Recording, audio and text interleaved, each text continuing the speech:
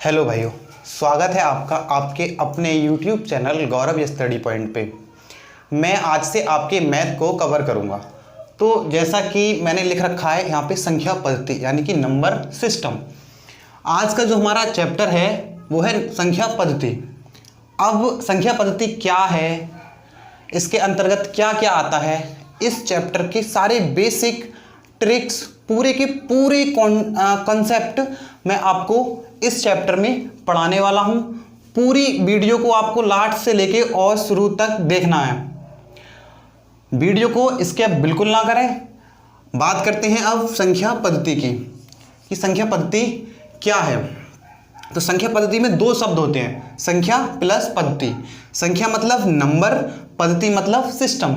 संख्या आप नॉर्मल सभी जानते हैं कि 1, 2, 3, 4, आगे जो भी है 100, 210, आगे कुछ भी संख्या है हमारी वो सब संख्या है। बात करते हैं पद्धति। पद्धति क्या चीज़ है? आप इस पद्धति को जानते हैं लेकिन बता नहीं सकते। क्यों नहीं बता सकते? क्योंकि आज तक आपको किसी ने ये चीज़ बताई नहीं होगी। आज आपको मैं बताने वाला हूँ कि पद्धति चीज़ क्या है, यानी कि सिस्टम। सिस्टम ये चीज़ है हमारी, इसे कहते हैं हम क्रम। मतलब जैसे इकाई के बाद आती है हमारी दहाई, दहाई के बाद आता है हमारा सैकड़ा, सैकड़ा के बाद आता है हमारा हज़ार। इस चीज़ को कहते हैं हम सिस्टम। आगे बढ़ते चले जाएंगे इसी प्रकार से, ये सब हमारा होगा सिस्टम। यानी कि नंबर, और नंबर के बाद जिस नंबर से मतलब ये चलते हैं, जैसे कोई संख्या ले लेते हैं हम 1245। इस संख्या में 1245 हमारा नंबर है यानी संख्या है। उसके बाद जैसे 5 हुआ इकाई, 4 हुआ हमारा दहाई, 2 हुआ हमारा सैकड़ा और मतलब 1 हुआ हमारा हज़ार। तो ये सब चीज़ जो है वो है हमारा सिस्टम। इकाई, दहाई, सैकड़ा, हज़ार, 10,000, ये सब कुछ क्या है हमारा सिस्टम।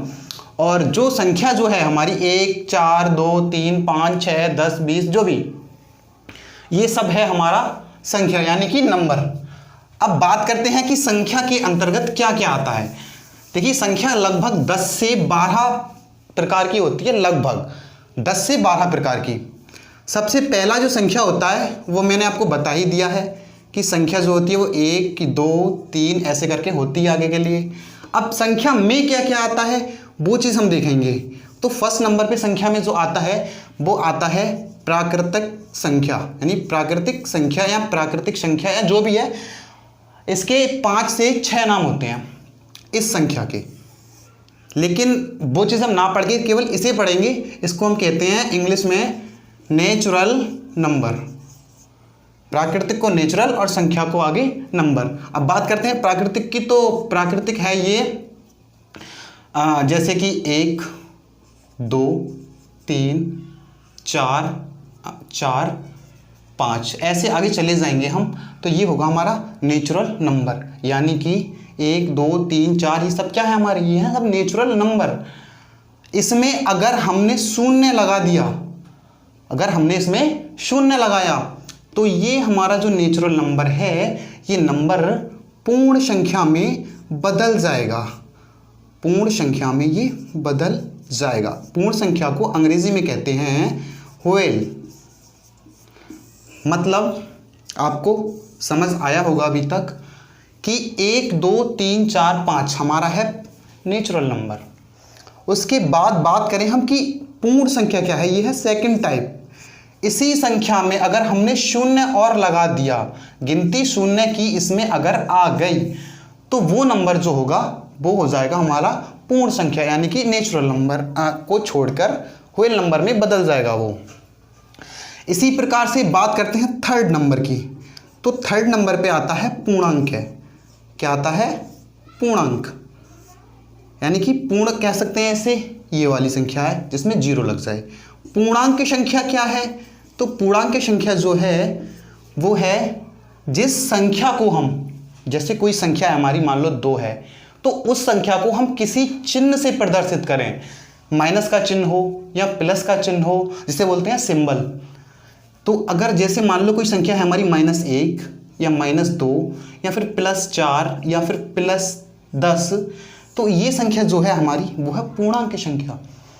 जिस संख्या को हम चिन्ह से प्रदर्शित करेंगे वो संख्या हमारी होगी पूर्णांक संख्या। अब बात कर लेते हैं कि भाज्य अभाज्य संख्याएं क्या हैं, यानी कि सम संख्या हैं। इसके बाद और भी अतिरिक्त संख्याएं, मैंने आपको बताया था स्टार्टिंग में कि 10 से 12 प्रकार की संख्याएं होती हैं। तो 10 से 12 प्रकार की संख्याएं जो होती हैं, मैंने उसमें से आपको 3 प्रकार की संख्या भी बता दी हैं। बात करते हैं कि भाज्य संख्या क्या है। देखिए ये चीज़ बहुत ध्यान से देखिएगा कि भाज्य संख्या क्या होती है। आज तक आपने भाज्य संख्याओं के बारे में पढ़ा होगा। मैं यकीन से कह सकता हूं कि आपको भाज्य संख्या का जो दूसरा नाम है वो किसी ने नहीं बताया होगा, अभी तक आपने भी नहीं पढ़ा होगा। शायद हमारे कुछ भाई ऐसे होंगे जिन्होंने डीपली पढ़ाई करी होगी, वो इस चीज़ को समझ सकते हैं, उन्होंने ये चीज़ पढ़ी होगी। उसके बाद जो भाज्य संख्या है उस संख्या को हम क्या कहते हैं, क्या आप में से कोई बता सकता है मुझे? चलिए मैं बताता हूं। भाज्य संख्या को कहते हैं हम यौगिक संख्या, यानी कि यौगिक का मतलब होता है जो संख्या किसी भी संख्या से, किसी भी संख्या का मतलब समझते हैं आप?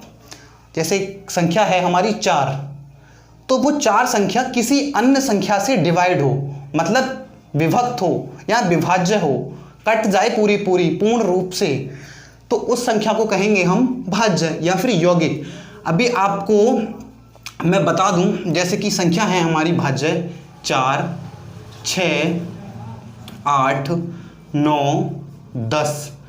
अब आप कहोगे कि 9 तो भाज्य संख्या नहीं है, लेकिन 9 भाज्य संख्या है क्योंकि ये 3 से प्रॉपर पूर्ण रूप से डिवाइड हो रही है, तो ये 9 भाज्य संख्या है। इसी प्रकार से जो संख्या किसी अन्य संख्या से विभक्त हो जाए, विभाज्य हो जाए, डिवाइड हो जाए, पूरी कट जाए, उस संख्या को कहेंगे हम भाज्य संख्या। बात करते हैं आप इसके अगले टॉपिक, यानी कि इसका अपोजिट वर्ड है अभाज्य संख्या। अभाज्य संख्या, अभाज्य संख्या को भी आप अभाज्य ही कहते होंगे। इसका जो दूसरा शब्द है वो भी आज तक आपने नहीं पढ़ा होगा। इस अभाज्य संख्या का जो दूसरा वर्ड है उसे वो है रूढ़, उसे हम क्या कहते हैं? रूढ़ संख्याएं। रूढ़ संख्याओं को अंग्रेजी में या अभाज्य संख्याओं को अंग्रेजी में क्या कहते हैं? तो इन्हें कहते हैं हम प्राइम नंबर। संख्या की बात कर रहे हैं तो प्राइम नंबर, संख्याएं की बात करेंगे तो प्राइम नंबर्स। बात कर लेते हैं कि अभाज्य संख्या क्या है। वे संख्या जो सिर्फ या तो स्वयं से कटे या फिर एक से विभक्त हों, जो संख्या या तो स्वयं से कटे या फिर एक से विभक्त हों, वो संख्या होंगी हमारी अभाज्य संख्या। बात कर लेते हैं कि क्या एक अभाज्य संख्या है या फिर भाज्य संख्या है। ये बहुत इंपॉर्टेंट क्वेश्चन है। एक भाज्य संख्या है या अभाज्य संख्या है, तो इन दोनों में से आप क्या चूज करोगे, भाज्य या अभाज्य? मैं बताता हूं। एक ना तो भाज्य है और ना ही अभाज्य है। एक अभी तक डिसाइड, हमारा मैथमेटिक्स अभी तक डिसाइड नहीं कर पाया है कि एक भाज्य है या अभाज्य है, ठीक है ना। अब बात कर लेते हैं अभाज्य संख्याओं की। तो वो संख्या जो या तो स्वयं से कटे या फिर एक से कटे, वो संख्या होती है अभाज्य संख्या। और हमने बता दिया है कि एक संख्या का कोई मतलब नहीं होता। जब एक संख्या का कोई मतलब नहीं होता है तो एक से कटना या ना कटना बराबर है। तो अभाज्य संख्याओं की बात ये रही कि वो संख्या जो स्वयं से कटें, जैसे कि मान लेते हैं 3 के बाद 5, 7, 11, 13। अब 9 नहीं है क्योंकि 9 कट जाएगा 3 से, इसीलिए 9 भाज्य है, अभाज्य नहीं है। अभाज्य और भाज्यों के बाद बात करते हैं हम एक बहुत ही इंपॉर्टेंट, इसमें वो है संख्या जिसका नाम है को प्राइम नंबर, यानी कि से अभाज्य संख्या। से अभाज्य संख्या को हम कहते हैं को प्राइम नंबर। को प्राइम नंबर यानी कि से अभाज्य संख्या। अब से अभाज्य संख्या जो है हमारी, वो कहीं कहीं आपने इसको लिखा हुआ देखा होगा असहभाज्य। किसी किसी बुक्स में या किसी किसी किताब में ये लिखा हुआ है आ से भाज्य संख्या, आ से भाज्य संख्या, ये मतलब दोनों का सेम ही है, कुछ भी कर सकते हैं हम, ठीक है ना। तो इस संख्या में कैसे पता करें कि संख्या से अभाज्य संख्या है। देखिएगा बहुत ही ध्यान से और बारीकी से, बहुत ही ज़्यादा मतलब मोस्ट इंपोर्टेंट टॉपिक है। इस क्वेश्चन से ज़्यादातर क्वेश्चन आते हैं। क्वेश्चन ये हुआ कि से अभाज्य संख्या की पहचान कैसे करें या से अभाज्य संख्या क्या है। तो से अभाज्य संख्या वो है जिस संख्या का मासा एक हो। अब मासा जैसे मान लेते हैं कोई संख्या है हमारी 2 या फिर 3, संख्या क्या है हमारी 2 या फिर 3, संख्या है हमारी 2 या 3। अब इसका मासा क्या होगा, इसका HCF यानी कि हाईएस्ट कॉमन फैक्टर। मासा क्या होगा, मासा होगा इसका 1। तो मासा इसका 1 है तो ये संख्या क्या है हमारी, को प्राइम नंबर। और को प्राइम नंबर में कोई भी संख्या अकेले नहीं आएगी, हमेशा संख्या डबल होगी, क्योंकि हमें उसका मासा निकालना होगा और मासा हम किसी एक संख्या का नहीं निकाल सकते, क्योंकि एक संख्या का क्या मासा निकालेंगे, वो तो खुद ही एक नेचुरल नंबर है। अब बात करते हैं कि मासा ये आ गया और इसमें एक नोट टॉपिक है, ये टॉपिक है एक छोटा सा, कि क्या संख्या 2 से और 3 से यानी 2 से पूर्ण विभक्त हो और 3 से भी पूर्ण विभक्त हो। जो संख्या हमारी 2 से पूर्ण विभक्त हो और वो संख्या 3 से पूर्ण विभक्त हो, तो क्या इन दोनों के गुणन से, यानी कि 6 आएगा इन दोनों का गुणन, तो क्या इन दोनों के गुणन से वो संख्या पूर्ण विभक्त होगी जो कि इन दोनों से पूर्ण विभक्त है। अगर होगी तो हमारा ये को प्राइम नंबर सही है, अगर नहीं होगी तो वो को प्राइम नंबर नहीं है। ये क्वेश्चन आता है ऑब्जेक्टिव टाइप का। उसके बाद बात कर लेते हैं इसके आगे हमारी सम संख्याओं के बारे में। मेरे ख्याल से तुम में से हर कोई जानता होगा, जो बच्चा नया है या फिर नया हमारे यूट्यूब चैनल पे आया है वो शायद, जो पहली बार मैथमेटिक्स पढ़ रहा है वो शायद नहीं जानता हो, लेकिन मैं इतना दावे के साथ कह सकता हूं कि श्योर 90% आप में से लोग जानते होंगे कि सम संख्या क्या है। सम संख्या क्या है, यानी कि इवन नंबर। सम संख्या को कहते हैं हम इवन नंबर। सम संख्या इवन नंबर मतलब वे संख्याएं जो 2 से पूर्ण रूप से विभक्त हों, जो 2 से पूरी कट जाएं। 2 से पूरी कट कौन कौन संख्या कट सकती है, देखो 2 से पूरी कट सकती है, 2 कट सकता है खुद, 4, 6, 8, 10, 12, आगे ऐसे चले जाएंगे। तो वो संख्या हमारी 2 से कट जाएगी, उस संख्या को कहेंगे हम सम संख्या। इतना क्लियर है ना। सम संख्या क्या है, जो संख्या जो 2 से पूर्ण रूप से कट जाए वो संख्या होंगी सम संख्याएं। तो अब बात करते हैं ऑड नंबर की। मैंने आपको अभी इवन नंबर और बकाया की सब संख्याओं के बारे में विस्तार से समझाया है। अब बात करते हैं इवन नंबर की। इवन नंबर की मैं बात कर चुका हूं जैसे कि अभी थोड़ी देर पहले, लेकिन फिर भी एक बार बात करते हैं। फिर सम संख्या मतलब जो संख्या 2 से पूर्ण विभक्त हो जाएं, 2, 4, 6, 8, 10, 12, 14, 16, 100, 200, 1000। तो ये संख्या मैं आपको बता चुका हूं और अभी बाद में बताएंगे सम संख्या और विषम संख्याओं के बारे में एक बार फिर से। तो बात करते हैं अब ऑड नंबर क्या है। ऑड नंबर मतलब विषम संख्या। विषम संख्या। अब विषम संख्या की बात करते हैं तो वो संख्या जो 2 से विभक्त ना हो, डिवाइड ना हो, पूर्ण रूप से कटे ना, वो संख्या होगी हमारी ऑड नंबर। यानी कि विषम संख्या वो होगी जो 2 से विभक्त ना हो। जो 2 से विभक्त नहीं होगी वो हमारी विषम संख्या होगी। विषम संख्या हमारी कौन कौन सी है, जैसे कि मान सकते हैं 3 है, 5 है, 7 है, और 5 है, 7 है, 8 है, 8 नहीं है, 9 है, 11 है। ये सब हमारी विषम संख्या हैं। मैंने 9 बताया था भाज्य संख्या है, ये नहीं बताया था कि वो विषम संख्या है। 9 विषम संख्या है चूंकि ये 2 से पूर्ण रूप से नहीं कट सकती, इसीलिए ये संख्या हमारी विषम संख्या है। अब बात करते हैं कि परिमेय संख्या क्या है।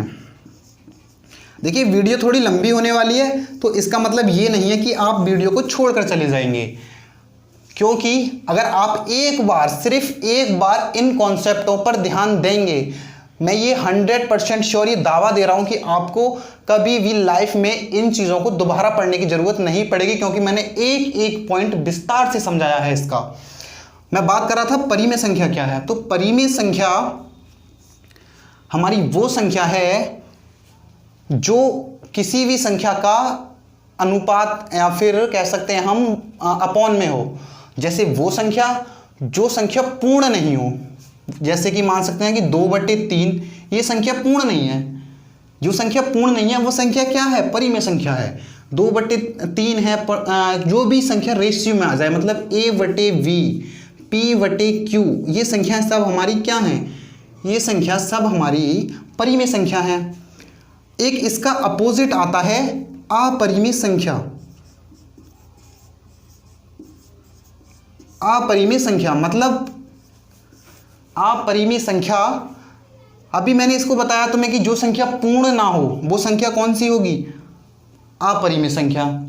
जो संख्या हमारी पूर्ण ना हो वो संख्या मतलब परिमेय संख्या। जो संख्या पूर्ण ना हो वो परिमेय संख्या।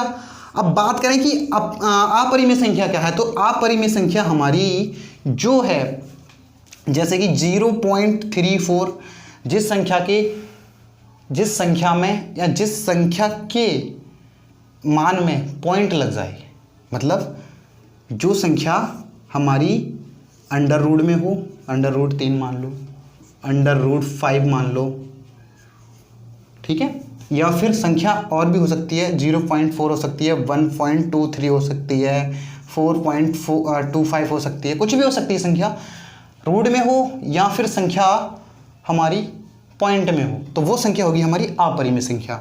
मैंने आपको सारे के सारे नंबर डिटेल में समझा दिए हैं, एक एक पॉइंट समझाया है इसका। मैं उम्मीद करता हूं आपको बहुत ही अच्छी लगी होगी वीडियो। और बात करते हैं अब जाते जाते, आप कहेंगे कि आपने कुछ पढ़ाया तो है नहीं यार, हमें सिर्फ ऐसे ही संख्याओं के बारे में जो कि किताब में लिखा हुआ है वही समझाया है। तो इस चीज़ को मैं ध्यान में रखते हुए आपको एक ट्रिक का सवाल इसमें ज़रूर बताऊंगा। ट्रिक ऐसी होगी कि आपने एक बार ध्यान से पढ़े तो उस ट्रिक को आप कभी नहीं भूल पाओगे, ये मेरा 100% आपसे प्रॉमिस है। लेकिन उससे पहले मैं बात करूंगा कि फेस वैल्यू क्या है इस क्वेश्चन में, मतलब इस चैप्टर में फेस वैल्यू क्या है। Face value of digit, face value of digit, इसका हिंदी में जो मतलब होगा वो होगा अंकों का शुद्ध मान। अंकों का शुद्ध मान यानी कि इसे हम कहते हैं जातीय मान। जो अंकों का हमारा शुद्ध मान होता है उसको हम कहते हैं दूसरी भाषा में जातीय मान। आपने जातीय मान तो आज तक पढ़ा होगा, लेकिन अंकों का शुद्ध मान आज तक आपने नहीं पढ़ा होगा, ये मेरा 100% आपसे दावा है। लेकिन हम मान लेते हैं कोई संख्या है हमारी 1 2 3 4 5, इस संख्या को हम यहाँ क्या कहेंगे? 12,345। अगर इस संख्या में मैं आपसे पूछूं कि संख्या में इसमें 2 का जातीय मान क्या है, जातीय मान क्या है, तो आप क्या बताओगे? जातीय मान आप क्या बताओगे? इसको मैं बताता हूं, बहुत ही आसान तरीका है इसका बहुत ही आसान तरीका है। देखिए जातीय मान क्या होता है? फेस वैल्यू, यानी कि आपको ले लेता हूं मैं, आप कहीं मीटिंग में जा रहे हैं और जाने के बाद आप वहाँ 100 मतलब जो है आपके 100 या स्टूडेंट्स हो सकते हैं, आपके पार्टनर्स हो सकते हैं, या आपके वर्कर हो सकते हैं जिनके साथ आप मीटिंग करने वाले हैं। अब वहाँ आप 100 लोगों के बीच में जाकर क्या अपने चेहरे को भूल जाएंगे? नहीं ना, आप अपने चेहरे को नहीं भूल सकते। इसीलिए हमारा जो डिजिट है 2, वो भी अपने चेहरे को नहीं भूल सकता, क्योंकि इसमें डायरेक्ट लिखा हुआ है face value of digit. Digit का शुद्ध मान क्या है, तो हम इसमें डिजिट का शुद्ध मान 2 ही रखेंगे, क्योंकि जातीय मान का मतलब होता है कि अंक क्या है, अंक का शुद्ध मान क्या है, ठीक है ना। इस संख्या के पीछे कितने भी हमारे अंक हों या कितने भी आगे हमारे अंक हों, हमें इस बात से कोई मतलब नहीं है जब हमारा जातीय मान पूछा जा रहा हो तब। तो हम इसमें लगा देंगे 2। आंसर हमारा यही होगा 2। ये क्यों होगा? क्योंकि सवाल में पूछा है जातीय मान, और जातीय मान वही होता है क्योंकि इसका मीन होता है फेस वैल्यू ऑफ डिजिट। अब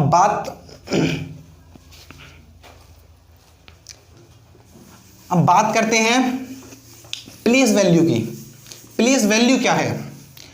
प्लेस वैल्यू क्या है मतलब स्थानीय मान क्या है? प्लेस वैल्यू, प्लेस वैल्यू का मतलब होता है स्थानीय मान।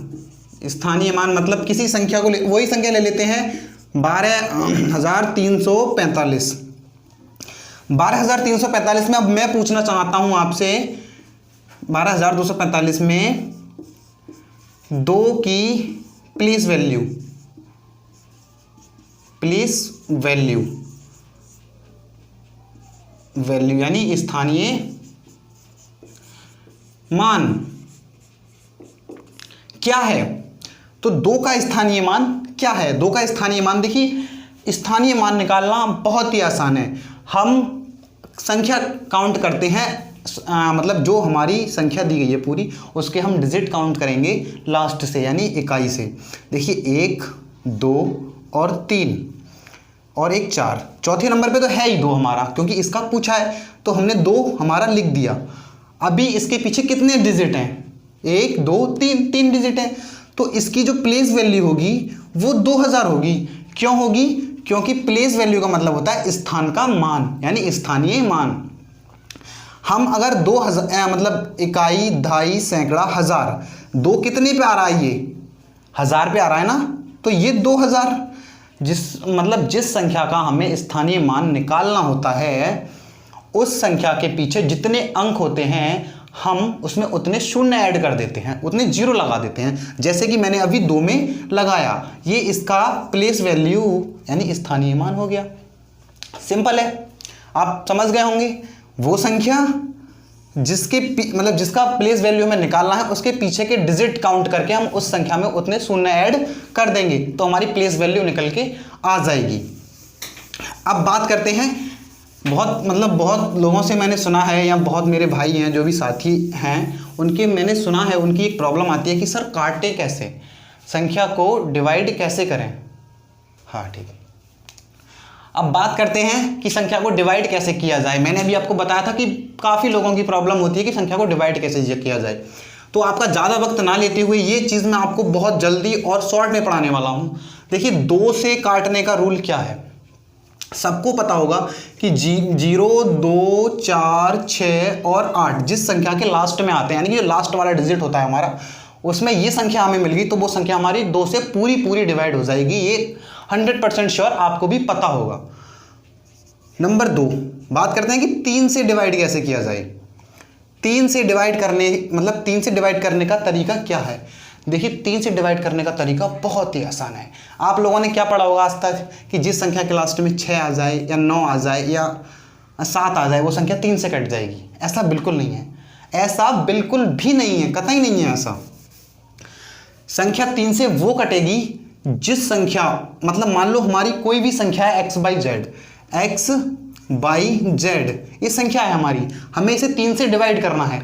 तो हम क्या करेंगे, जो हमारी संख्या है वो x + y + z यानी कि इस संख्या के जो डिजिट हैं उन्हें हम काउंट करेंगे, जोड़ लेंगे, ऐड करेंगे। पहले डिजिट को लिखा उसके बाद उन्हें ऐड किया।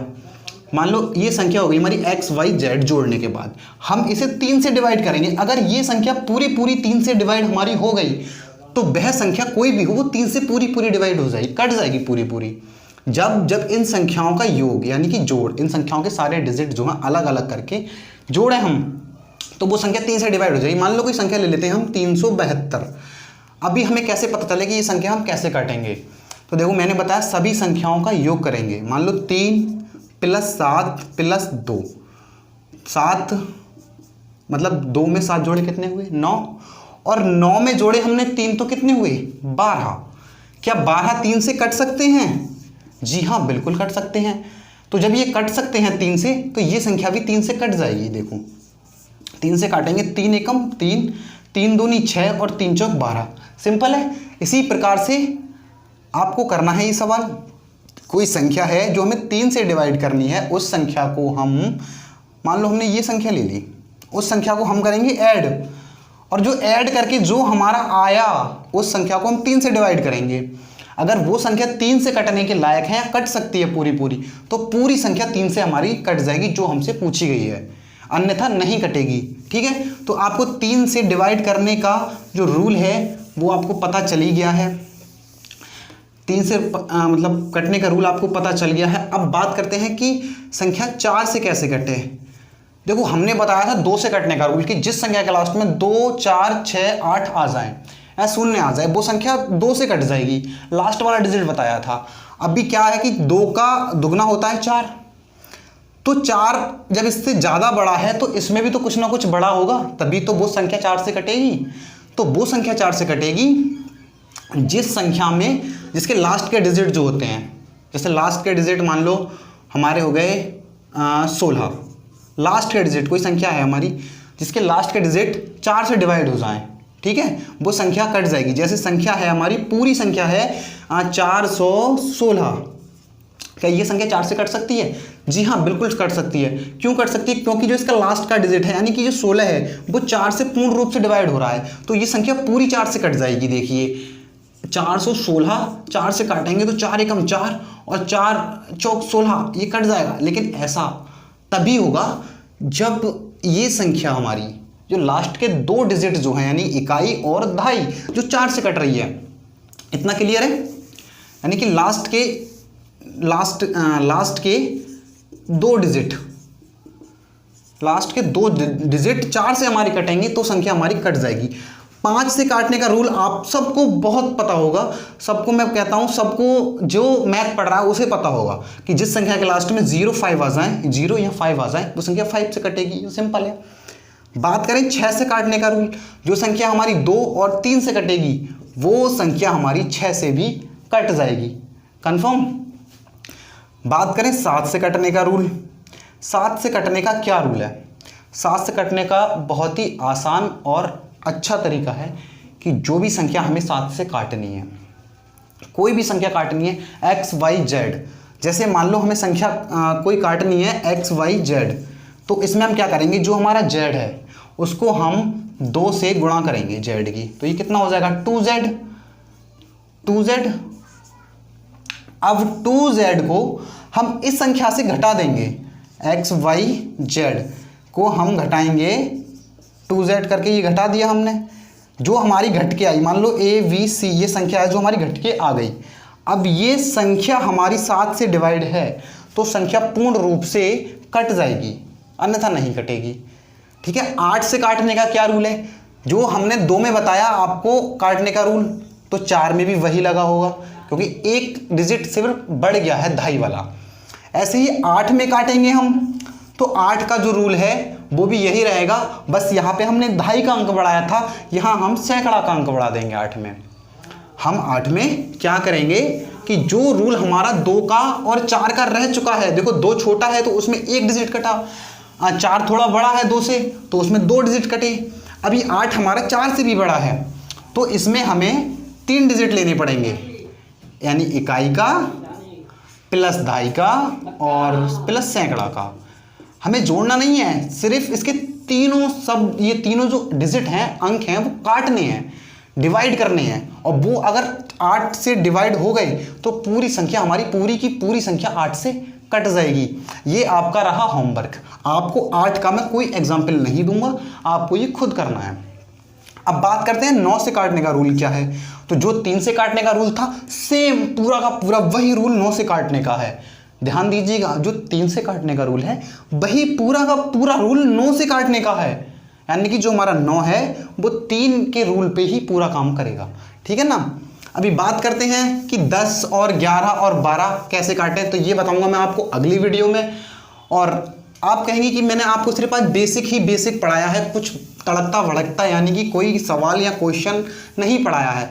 तो इसके लिए मैं आपको आज एक क्वेश्चन लेके आया हूँ, जो है क्वेश्चन है 1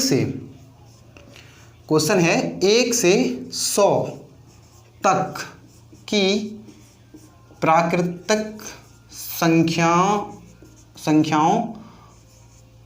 संख्याओं का योग बताओ। मतलब योग जो हमें ज्ञात करना है, योग कैसे ज्ञात करेंगे हम अपने इस योग को? हमें योग ज्ञात करना है 1 से 100 तक की इस प्राकृतिक संख्याओं का। तो जो ट्रिक है हमारी, 1 से 100 तक की प्राकृतिक संख्याओं का योग ज्ञात करो, ये हमारा क्वेश्चन है। हमें प्राकृतिक संख्याओं का योग ज्ञात करना है, मतलब कि प्राकृतिक संख्याओं का योग ज्ञात करना है। तो हम प्राकृतिक संख्याओं को मान लेते हैं n फॉर प्राकृतिक संख्या, यानी कि प्राकृत संख्याओं का योग। ये है हमारी ट्रिक। आपने बहुत बार ट्रिक पढ़ी होगी ये, लेकिन शायद आपको याद नहीं। इस ट्रिक का जो फॉर्मूला है वो है n 1+/2 ये हमारा फॉर्मूला है। इस फॉर्मूले में हमें n का मान, यानी कि 100 है n का मान, वो लगाना है। ओके, ऊपर से सवाल कह रहा है कि प्लस इसमें करो ऐड 1, जो कि हमारा ट्रिक में है। ये है हमारी ट्रिक। 100 n का मान हो गया, यानी n 100 + 1 फॉर्मूले का, यानी ट्रिक का हमारा फॉर्मूला और ट्रिक एक ही चीज़ है। ये जो है फॉर्मूला और ट्रिक एक ही चीज़ है। अब बात करते हैं ट्रिक के ऊपर। तो 2/2, यानी कि 100 + 100/2, इसका सॉल्यूशन आपको करना है और कमेंट बॉक्स में मुझे बताना है कि इसका आंसर है क्या। और इसका दूसरा जो टाइप है वो मैं बताऊंगा आपको नेक्स्ट वीडियो में। तब तक के लिए मिलते हैं। और अगर आपको मैथ से रिलेटेड कोई भी प्रॉब्लम हो, या मेरे पढ़ाए हुए इस चैप्टर में किसी संख्या में किसी नेचुरल नंबर है कोई, या फिर को प्राइम नंबर है, प्राइम नंबर है कोई, तो अगर उसमें आपको कोई दिक्कत आ रही है तो आप मुझे बताइएगा कमेंट बॉक्स में ज़रूर, ताकि मैं आपको और अच्छे से समझा सकूं इस चीज़ को। तो इसके बाद मिलते हैं आपसे हम अपनी नेक्स्ट वीडियो में इसका अगला पार्ट लेकर। हमारा चैनल सब्सक्राइब और शेयर करना ना भूलें।